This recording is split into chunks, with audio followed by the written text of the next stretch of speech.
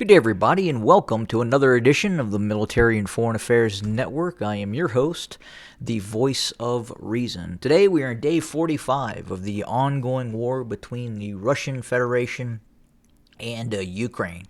We continue to see heavy fighting taking place in the southeast.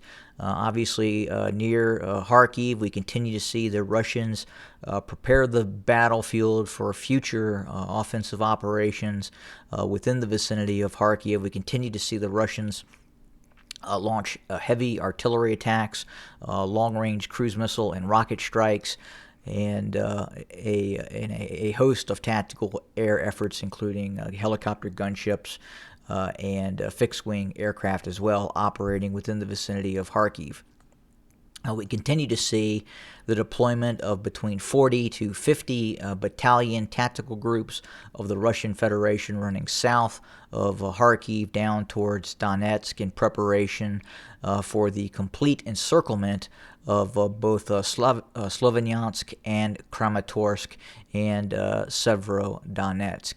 And obviously fighting continues to take place, especially within the vicinity of Severodonetsk. If we kind of zoom in and we look at the terrain features and just what it looks like near Severodonetsk, obviously you have a fairly a large river, medium-sized river, that the Severodonetsk River that runs just to the kind of the south and west of Severodonetsk.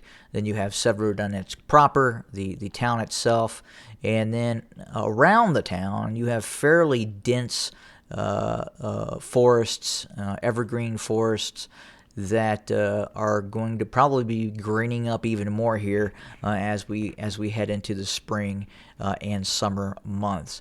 And we see continued fighting taking place in these areas.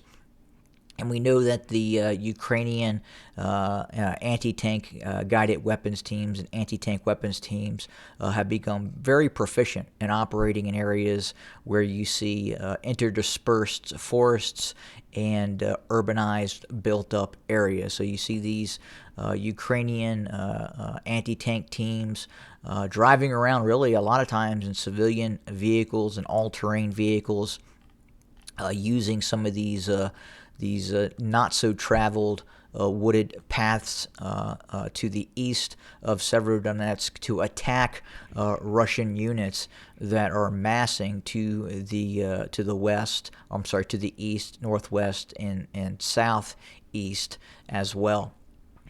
But that is the strategy that the Ukrainian military has been utilizing during this conflict, especially given the vast amounts of javelins and in-law systems, and not to mention just those systems, but the indigenous systems that the Ukrainians are deploying, everything from very old RPG-7s to their own domestic Stunka and Stunka P anti-tank guided weapon system. So again, these systems, especially the in-law and the javelin, has a near 90 to 100% success rate outside of some sort of technical error that occurs with the javelin or the in-law, which have proven to be very, very accurate systems.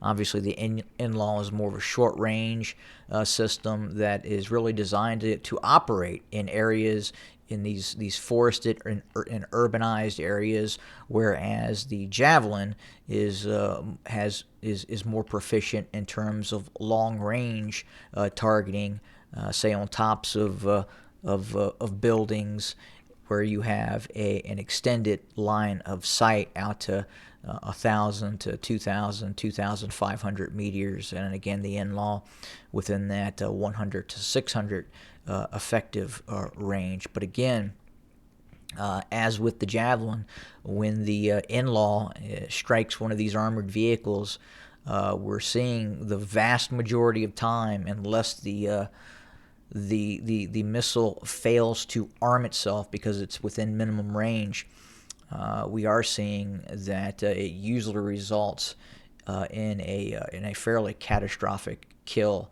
of said armored vehicle, given the top attack mode of these systems and how they're being utilized to attack some of the weakest points on these armored vehicles.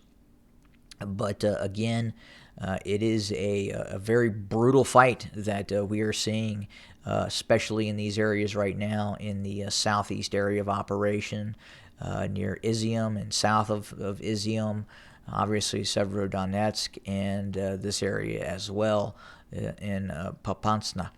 And we continue to see the fighting taking place as the Russians look to completely circumvent and isolate this fairly significant body of Ukrainian combat forces that are arrayed against the Russian military. And I would say this is going to be a pivotal operation for the Russian military. Obviously, if the Russian military does not have the ability to encircle this force construct of the Ukrainian army and then defeat it in zone, the next objective, which I believe is going to be the encirclement and eventually the taking of Kharkiv, is going to be incredibly difficult.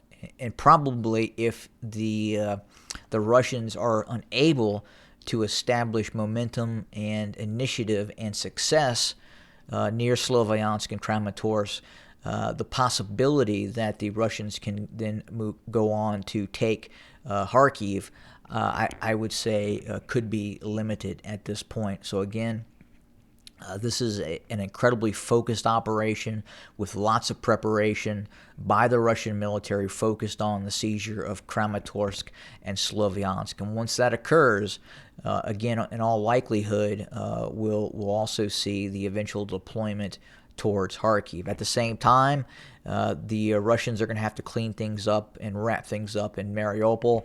That continues to be a very significant issue for the Russians.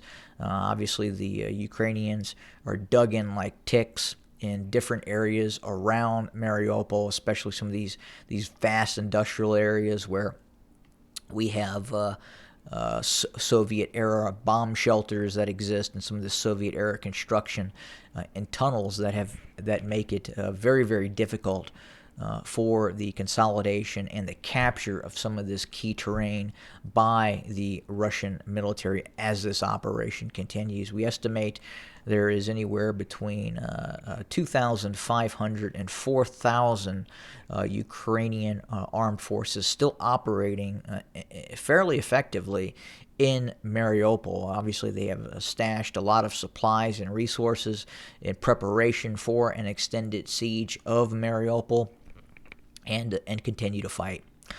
In other areas, towards Kherson and the Mykolaiv front, we continue to see the Ukrainian army conduct limited offensive operations and probing actions against the Russian forces in more or less defensive positions outside of the city of Kherson. Now again, the Russian tactical air efforts have blunted a lot of these offensive operations by the Ukrainian military, and the Ukrainian military is continuing to take casualties as they probe and try to retake the western footprint on the western bank of the Dnieper River. But again, right now, the Russian forces appear to be holding fast in these areas. Again, if you look at the territory that exists on the western bank and even the eastern bank of the Dnieper River, especially in this area of operation, it is very flat. It is very open. And it's the type of terrain that the Russian military works best in. These are flat areas where you can see Russian motorized infantry units, tank units, fight their best battles in these sorts of areas. And obviously, as the temperature starts to warm up, we see decreased rain and melt off, that it may become less muddy at a certain point. Obviously, that has been one of the the issues that the Russians have been facing right now is the fact that once they get off some of these main roads, due to the high water table you see in the Donbass region, the Russian, some of these Russian armored vehicles, especially the heavier tanks, tend to get stuck in some of these high water table muddy areas that exist within the confines of the area of operations that we're looking at. But that's kind of what we are, again, currently looking at. Again, it's very interesting to see that just how many resources the North Atlantic Treaty Organization, especially the United Kingdom and the United States and Poland, have handed over to the Ukrainians. The stocks of, as I talked about in the previous episode, the stocks of Javelin missiles in the United States have actually been depleted because the United States has handed over to the Ukrainians so many resources in the form of anti-tank guided weapon systems. We believe that most of the in-laws that were deployed with the British military were actually handed over to the Ukrainian military. And as we know, thousands, 3,000 to 4,000 in-laws were handed over to the Ukrainian military. And we believe up to about 8,000 in total in-laws were actually produced. So more than half of the total in-law production that has ever existed was handed over to the Ukrainian military by NATO and the United Kingdom.